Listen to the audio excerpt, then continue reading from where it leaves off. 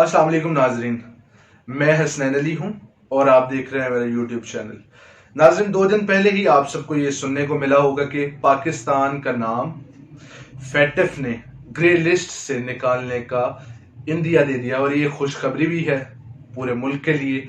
और इस पर वजीर आज़म और वजारत खारजा जो हैं वो मुबारकबाद भी पेश कर चुके हैं।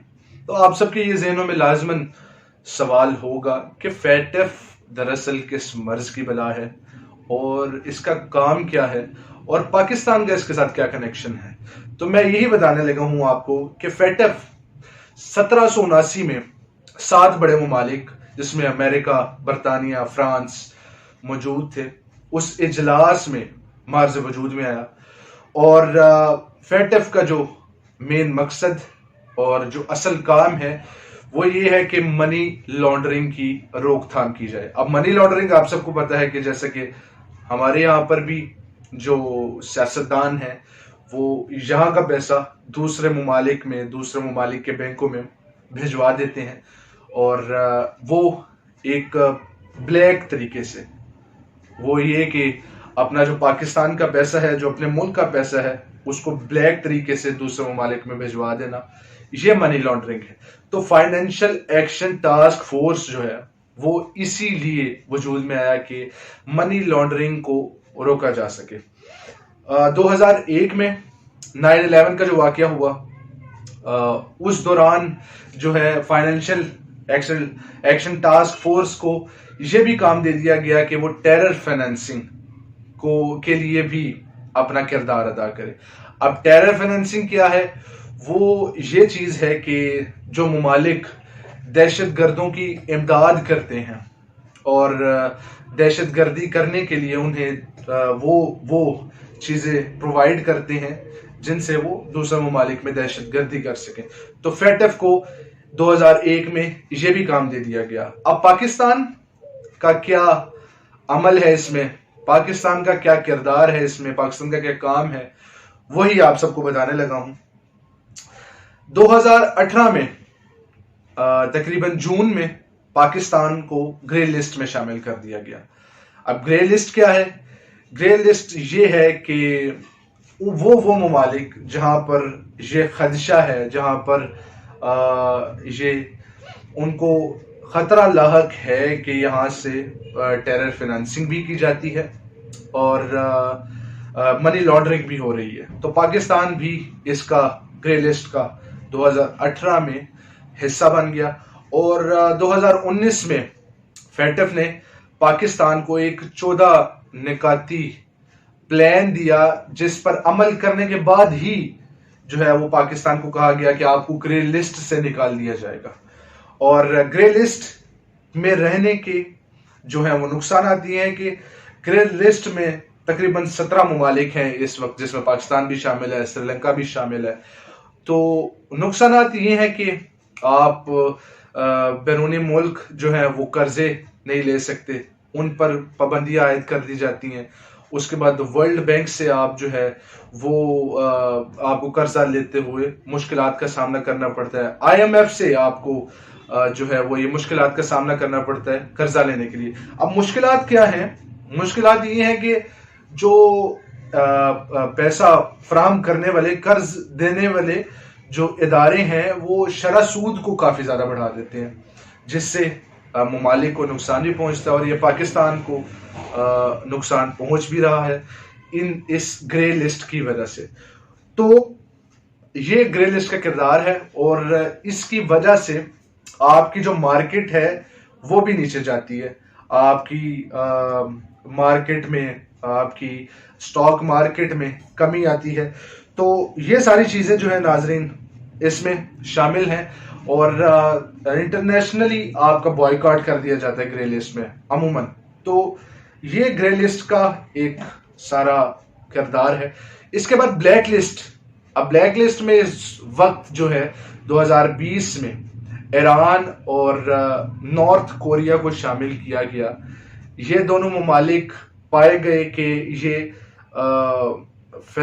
टेरर दहशत गर्दों को जो है वो माली इमदाद भी करते हैं और यहाँ पर जो है वो मनी लॉन्ड्रिंग भी है। ہوتی ہے.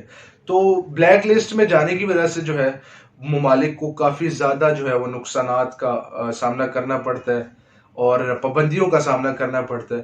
تو ایران پر اسلامی ملک ہے تو اس کے حوالے سے تھوڑا سا بتاتے چلوں کہ ایران جو ہے وہ آئے روز جب امریکہ کے ساتھ جھڑپیں ہوتی ہیں، آئے روز ان کی ہوتی رہتی ہیں، تو اس دوران ایران دوسرے ممالک کو جو ہے وہ فائنینشل جو ہے وہ سپورٹ کرتا ہے، جن ممالک کے خلاف جو ہے وہ امریکہ کام کرتا ہے. تو فائنینشل سپورٹ کرتا ہے ایران ان ممالک کو، تو جس کی وجہ سے ایران کو بھی جو ہے وہ ناظرین اس میں بلیک لسٹ میں شامل کر دیا گیا. تو اب پاکستان جو ہے وہ تقریباً 32 نکات پر عمل کر چکا ہے، اور اس میں سب سے بڑی ایک وجہ وہ یہ بھی ہے کہ پاکستان نے حافظ سعید صاحب جماعت الدعوہ کے جو صدر تھے ان کو گرفتار کیا، اور وہ دہشت گردی میں ملوث تھے اور ان پر فرد جرم بھی عائد فوری طور پر ہو گئی. اس کے علاوہ بھارت کا کیا کردار رہا ہے اس میں؟ بھارت نے کافی مرتبہ جو ہے وہ کوشش کی کہ کسی نہ کسی طریقے سے پاکستان کو بلیک لسٹ میں بھیج دیا جائے. اب گرے لسٹ سے نکلنے کے لیے ممالک کو جو ہے وہ کم از کم 12 ممالک کی حمایت حاصل ہونی چاہیے جس سے وہ گرے لسٹ سے باہر آ سکے. تو معمول کے طور پر ہمیشہ کی طرح چین پاکستان کا ساتھ دیتا رہا، اور یہاں پر دوسری سائیڈ پر جو ہے بھارت اس نے ہمیشہ اس چیز کی مخالفت ہی کی اور پاکستان کو بلیک لسٹ میں بھیجنے کی طرف دھکیلا ہے. تو اب میں پوری قوم کو مبارکباد پیش کرتا ہوں اس چیز پر. مجھے امید ہے کہ فیٹر کے حوالے سے آپ سب کا جو ہے وہ جو سوالات ہیں وہ کلیئر ہو گئے ہوں گے، اور اب پاکستان میں جو ہے وہ کردار کیا ہے سیاسی حکمرانوں کا. وہ وزیر مملکت جو ہیں ہنا ربانی کھر نے اپنا بیان جاری کیا ہے کہ ہماری کوششوں کے بعد جو ہے وہ فائنینشل ایکشن ٹاسک فورس نے پاکستان کو گرے لسٹ سے نکالنے کا عندیہ دے دیا ہے. تو میرا نہیں خیال کہ کیا ان کی کوششیں شامل تھیں اس میں. ابھی تو ان کو تقریباً 50 دن ہوئے ہیں برسر اقتدار آئے ہوئے. تو اگر اس کا کریڈٹ یہ لے لیں، اگر اس کا کریڈٹ وزیر اعظم شہباز شریف صاحب یہ بیان دے کر کہہ دیں کہ جتنے بھی سول افسران ہیں ان کا کردار ہے، وزیر خارجہ کا کردار ہے، تو میرا خیال ہے کہ یہ جو گزشتہ حکومت تھی، سابقہ حکومت تھی، ان کے ساتھ زیادتی ہوگی. اس میں ناظرین حماد اظہر نے جو ہے وہ کافی زیادہ کام کیا، اور 3 سال جب 2018 میں پاکستان کو گرے لسٹ میں ڈالا گیا تو آپ کو پتہ ہی ہے کہ اگست میں جو ہے وہ الیکشن کرائے گئے، اور جس میں پی ٹی آئی جو ہے وہ برسر اقتدار آئی اور انہوں نے اس پر کافی زیادہ کام کیا.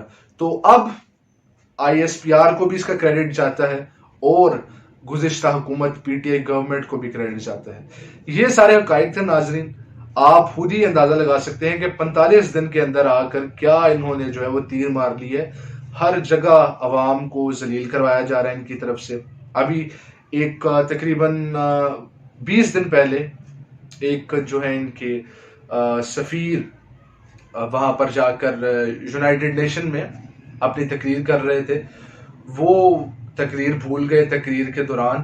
تو میں یہ کہنا چاہ رہا ہوں کہ یہ کردار ہے ان کا، اور کریڈٹ لینے کے لیے انہوں نے فوری طور پر سوشل میڈیا پر جو ہے وہ جناب بیانات جاری کرنا شروع کر دیے ہیں.